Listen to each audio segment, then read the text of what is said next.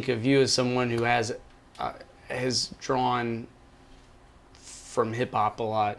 Like hip hop music's a big influence for you, probably more than most people I know or work with. Certainly me. Even though I appreciate hip hop, but you've really drawn a lot of influence. Are there people or artists, MCs that you really draw from? Or yeah, you know, it's funny. I had a good buddy of mine in high school, in middle school, that had a nice little collection of music. And his parents, my parents, were really strict. And if it had the parental advisory on it, it was like, nope, that's not going home with us.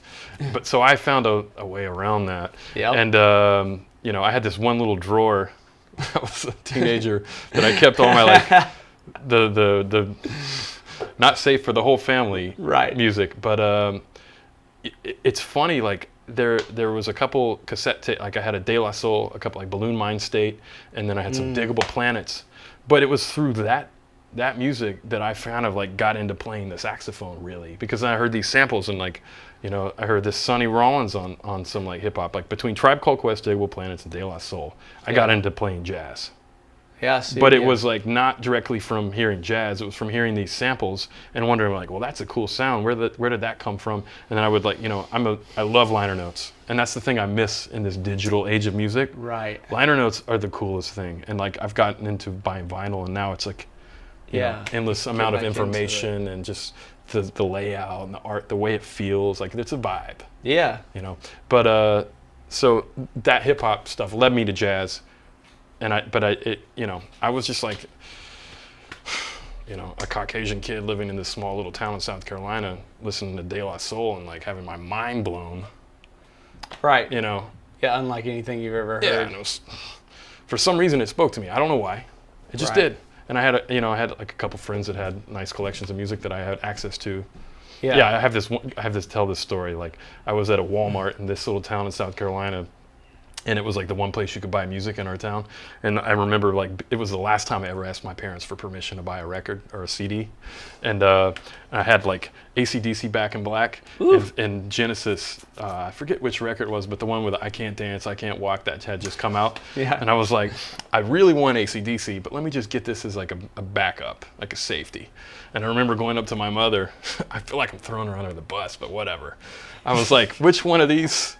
And she was looking, she turned that AC/DC cover over, and I was like, oh God, here it goes.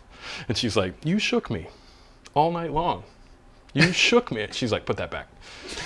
And I was like, I like kind of just like died a little bit inside and went home with Phil Collins, which I love because for the production and the way that the drums and the synths sound, like I steal those kind of things all the time now when I'm at home like tweaking and writing music. Mm-hmm. But come on, like AC/DC? So I stopped asking after that. I just kind of finagled. Yeah, like you said, you find your ways around it. Thanks, parents. Yeah, well, that's good. You come around, figured it out. Yeah, it's all good. The Digable Planets, I mean, I remember that being, like, hearing that, it's like, oh, you hear horns, but then it's like a hip-hop thing, so it sort of sounds like things you've heard on the radio, but... Yeah. And I would be like remiss to not mention JDilla. And I lived in Michigan for 2 years because I got a master's degree at Michigan State. And I would go down to Detroit. And thankfully, there was a nice little crew of musicians that were in school with me while I was there that were from Detroit that kind of like introduced me to that. And then it was like, okay, that's like the, you know, when is like I don't want to like compare genres, but like I think about like, you know, within the history of like, you know, like Black American music, there was like Duke Ellington and what he did for what we know as jazz music, whatever you want to call it. But like JDilla is like, you know, so heavy. And I went down that rabbit hole for many, many years and just tried to copy all that stuff and apply that to like the way I play rhythmically and think about that and stuff. So, yeah, you know.